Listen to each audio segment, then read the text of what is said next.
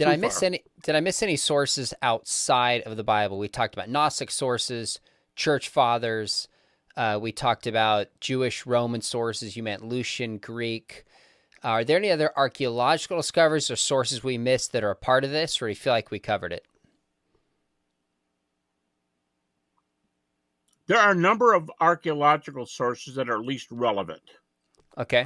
For example, okay, whatever you do with the shroud, Ben Witherington, a top-notch New Testament scholar in evangelical and recognized across the board in New Testament, Ben has a book that he co-authored with a non-Christian Jew that they argue for the James ossuary, James's bone box, that Mm-hmm. with the name scratched on the outside. You're reading from the right to the left, and it says James, son of Joseph, brother of Jesus. And I've heard Ben. He's I wouldn't do this, not because it's bad. It just takes a lot of guts. But Ben gave an argument, and he argues for the resurrection of Jesus from the bone box of James alone. Okay. And the argument goes like this: you almost never see brother of on Right. you have Mm-hmm. son of, not brother of. Now here's the point: if he's the brother of Jesus, and the bone box, he dies in 62 AD from Josephus. Mm-hmm. 62 AD. About a year later, that bone box is going to be there. It took about a year. So 63, 33 years after Jesus, they call James, his family. Don't forget, in Mark 3, Mark 6, John 7, his brothers are not believers. Jesus, his brothers are not believers. One of those is James. And what happened 33 years later? They're still saying our brother James Mm. was the son of our father Joseph and the brother of Jesus. And Ben goes, oh, so everybody thinks they didn't believe back then, but all of a sudden, what are they going to do? Are they going to ruin his bone box by putting a name on the cover that one of them believed in that nobody else believed in? No, it seems that James is still a follower of Jesus, which is the very thing Josephus says about him. Hmm. So it's an intriguing argument. You've got some arguments for the tomb, the pool of Siloam. You've got some little things that are not the biggest things in the world, but they help. The Nazareth decree, it's being disputed right now. It There's is. pro Yeah. and con, but the stone that says that the anybody's guilty of grave robbing to be punished by death, and that was, as Paul Meyer says, that's not the punishment for grave robbing around the Mm. empire. So why was it in Nazareth? A little tiny podunk. I mean, to call it a town is an exaggeration. Why put it there? Is it because in the rumors in Rome? Is it because Jesus was from Nazareth? And by the way, it's signed by Caesar. Hmm. So it's a Roman artifact. Now the discussion was it pertaining to Jesus? But that would be another significant one. There's a few archaeological ones that really come in here. James's bone box, the shroud, and that inscription would be the main ones. And you got a couple of people, like I said, with the shroud, they're going to poo-poo the thing before it even starts. They're going to say, "Yeah, not on my show," like that. So, but you got to at least count those things as possibilities. Like the extra biblical writings, the archaeology is just corroborative support for the larger narrative. One of the most popular videos I've done on YouTube Correct. is with Titus Kennedy, and we walked through 10 archaeological discoveries for Jesus. And he wrote a whole book on it. And it's really fascinating how it doesn't prove anything, but it's corroborative support Yeah. for the reliability Huh. of the Gospels and ultimately the resurrection narrative. Gary, I have so many questions for you. When the first volume is about to come out, we'll have you back to unpack that. But I'm really curious. You've done one volume, just one question. Actually, I have two questions about that, then we'll wrap up. One, have you changed your mind on anything so far in the research that you've done? Revisiting this, have you thought, you know what? I think I'm going to change my position on A, B, or C, or is it really just solidified what you believed going into it so far? If anything, now someone's just going to be disgusted if they're not going to believe. They're going to be disgusted I say this, but if anything, I have moved closer to the 6+1 points, 6 facts plus empty tomb. Okay. Sean, I give over 20 arguments for the empty tomb, all given by critical presuppositions. Never do I say, well, it's got to be there. Have you ever read Mark 16? I wouldn't even dream of doing that. I do the whole thing according to the way the critics argue. I have over 20 arguments for the empty tomb. By the way, the numbers have gone up from my last big publication to this one. In my own count of about 250 critical scholars, the number's gone up from 75% to 80% on those who agree with the empty tomb. Oh, wow. And so I would say, if anything, I'm more sure than ever. Okay. And when I counted the number of arguments for the minimal facts, I average, if I remember correctly, I'll go out on a limb and try to give the average, and somebody say that's not what you say, but I think I averaged 14 historical evidences per fact. Wow. 14 average for the 6 plus the empty tomb. So I think it's much stronger. I can't say I've changed. I've probably gotten a little cooler on the shroud. Okay. All right. Okay. I get emails. I get emails for that. I'm a little cooler on the shroud, at least on using it. And Nazareth decree, I think that's not as good as I thought it was when I started writing. Okay. James Ossuary, I never was gung ho on that. I'm open, but there's some issues with that whole thing. So the three biggies archaeologically, I have some questions there.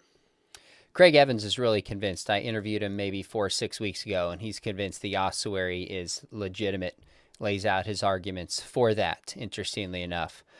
My question for you is, I published the book on the apostles in 2015, and just this past week got a renewed contract to do an update due a year from now. It's going to come out 2025, which will be a 10-year anniversary, which is cool. So I reassessing a few things. Some new scholarship has come out. I've switched on a couple things, like the likelihood of Peter being crucified, a handful of things like that. But I think the heart of the argument is solid. Is that something you're planning on talking about in these 4 volumes? Which part? Planning on talking about what? The deaths of the apostles and what role that plays in the resurrection. Sure, because one of my 6 minimal facts is that Jesus is crucified, number 1. Number 2, they think they see him, and most critics add now bodily appearances. They don't believe, the critics don't believe in the bodily appearances, but they think Paul believed in the bodily appearances. That's a distinction again. 3, it was proclaimed, maybe as strong an evidence as anyone, is how early this material is. We have it going back to the 30s, many times over in the creeds. And you can have an argument for why the creeds are historical. So you can check that out. But I think some of our arguments here are really, really strong. But the 4th point after early is the transformation of the disciples' lives. And I use your book. In fact, I'm looking at it. It's over there on my shelf in my historical Jesus section. And it's really good. There's a number, as you know, better than anybody. There are a number of good books on the deaths of the apostles or what happened after. Yours is the best one for sure. And I cite others, but I cite it liberally. So it fits in, because now the way I argue for reliability is on the transformation. I argue that the disciples were willing to die. Now, some critics go off on that. Right. Oh, willing, what's that? Well, willing's a lot if you're willing to die when your family's back somewhere else. And so I say willing to die. I agree with you in your conclusions that we can't prove more than the first, maybe 3, more than 3. Have you rethought, or are you about the same on your view on the Apostle John with the 2nd century reference? I would say I am slightly less optimistic on James, the brother of Jesus, mainly because the primary source is in Acts 12. So I think I listed it at the highest possibility. I would just mark it you gave 1. Him the highest. Yeah. So I still have high degree of historical confidence because I think Acts is reliable. I think the way the execution is recorded, etc. but I might have rated that one a little bit too high. I'm not convinced about the I happiest agree with you. source. Oh, interesting. Good. I've had a few people tell me that I might have rated that one. Who did? I've had a handful of people say that's one area they would differ with me, which made me go back and look and think I might have overestimated it. I think Peter and Paul by Clement, James by Josephus are. I would take any of those three over James and Acts because of the critics' view on Acts. Now, because I have to do it with the minimal facts, I have to use their conclusions. That's the way I set it up. Doesn't make me liberal, just makes me the point I'm making is, hey, I teach at Liberty. You know what my view is because you can see our doctrinal statement. That's not my view. But on your view, you still got a resurrection, so what are you going to do with it? That's my argument. So I can't be that strong on James by definition. Now, if James were in a creed, which Acts has a lot of them. Acts has more than any of the first 5 books. Easily, the sermon summaries. Ehrman puts them 1 to 2 years after the cross.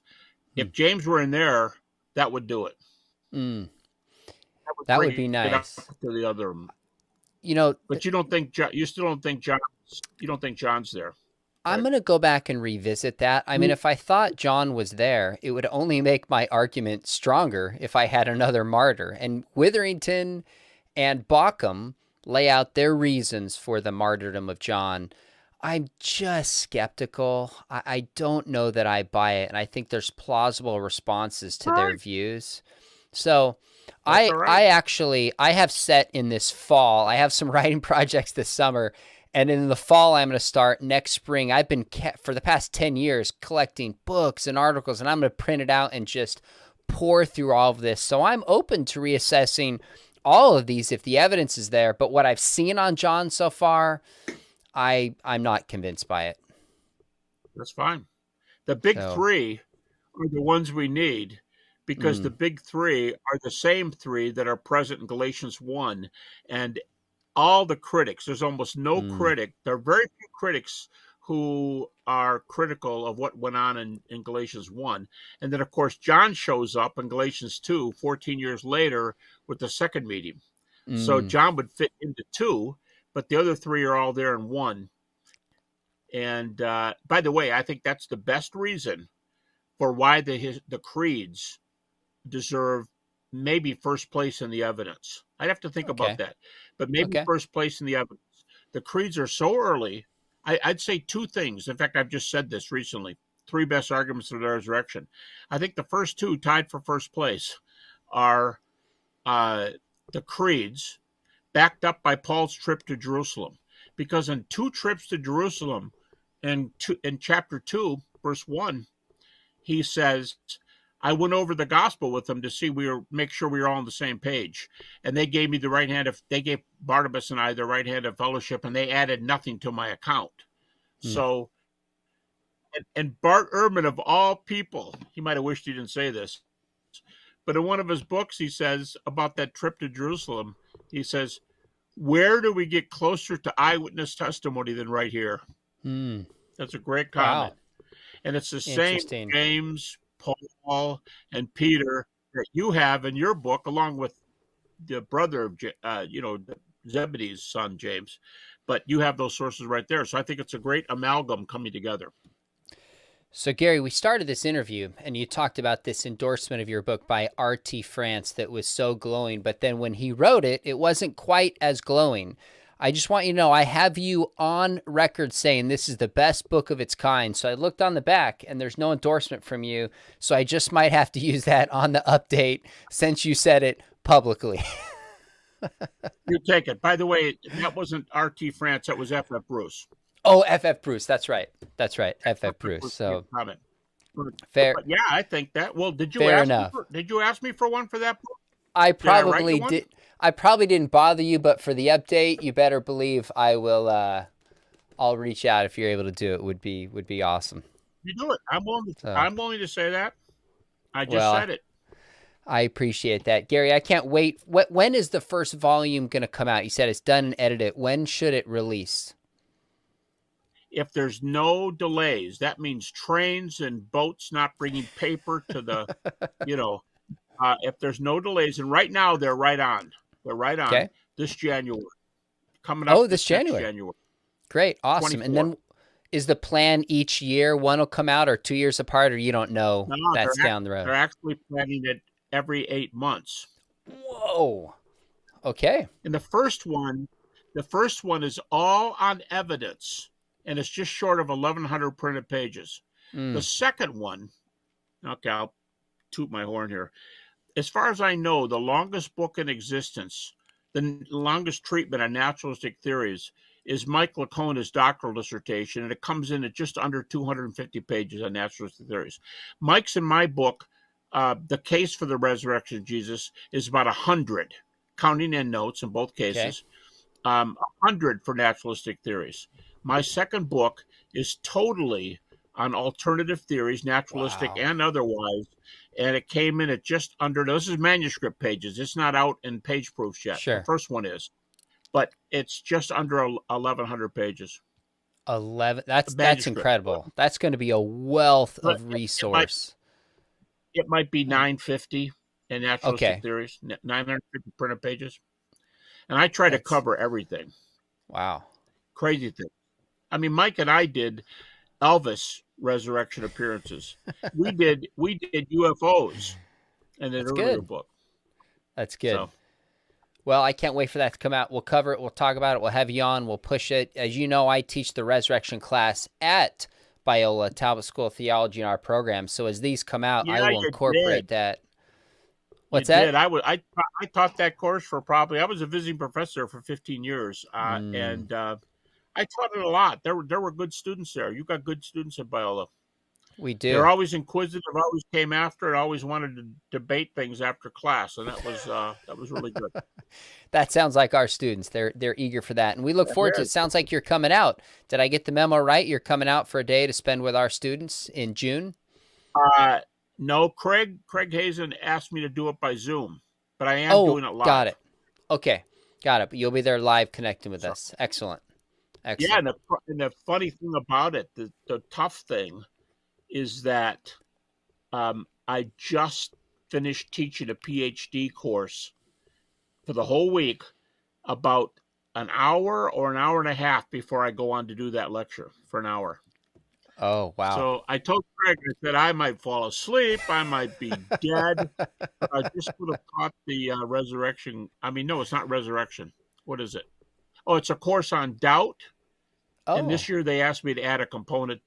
I have a whole PhD course on doubt. Great. But this time they asked me to add doubt and objections from the New Testament in the same course. That's great. Well, I'm going to try to be there to listen in, or at least hear the recording when it's done. Well, thanks for doing that. Thanks for partnering with us at Biola. Appreciate you coming on, talking about sources outside the historical Jesus. For those of you watching, make sure you hit subscribe. We've got a lot of other interviews and topics like this, apologetics, worldview, culture, coming up. And if you've thought about studying apologetics, they have a great program at Liberty. We're all in this together, Gary. So check out Liberty Apologetics. Check out Biola Apologetics. We are fully online now. Information is below. I'd love to have you in my resurrection class. Gary, always enjoy chatting. What's that? I was going to say, we've graduated something like 75 PhDs in apologetics. That's amazing. So we've got some major guys, and a lot of our people, their dissertations have been published. We've had 2 published by InterVarsity. One guy never had a teaching position, and he got invited to come to a British school in the city of Oxford, although it's not Oxford University. He made it all the way to the last cut, and somebody else got the job. But I mean, this is his first teaching position. He got all the way to second place. That's pretty good. So 3 Oxford profs on his committee. Anyway, you guys have a good rep. You guys are doing a good job. The philosophy program there, doing a great job. They've got well over 100 grads in the philosophy program at Biola. Well, we send a lot of students. We don't have a PhD in apologetics, so we send a lot of our students. Liberty is one of the top I tell my students to go to. And so keep up the good work. Honored to partner with you, my friend, and I really appreciate you taking out so much time to join me today. Enjoyed it. Thank you very much. Enjoyed it, Sean. You bet, brother.